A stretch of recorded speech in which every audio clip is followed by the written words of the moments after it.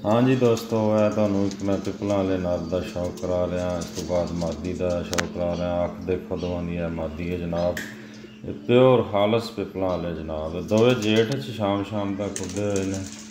तो एक दोस्त ने उन्होंने को जनाब लैके आया जोड़ियां वास्ते। ये नर वापस करना तो खुद भी नर भी उड्डे जेठ शाम तक। तो मादी साढ़े को पहले ही शाम तक उड्डी है। बच्चे इन्हों के बच्चों के बच्चे भी उड़ रहे हैं। इन्हों के बच्चे अलहमदुलिल्लाह साढ़े को शाम शाम तक उड्डे हुए हैं मादी दे। नर दे उन्होंने को उड़ते रहे। इन्हों के बच्चे असी जनाब कट्टण वास्ते ये जोड़ा लगाया। उन्होंने मेहरबानी उन्होंने सानू दिता है जोड़ियां वास्ते नर।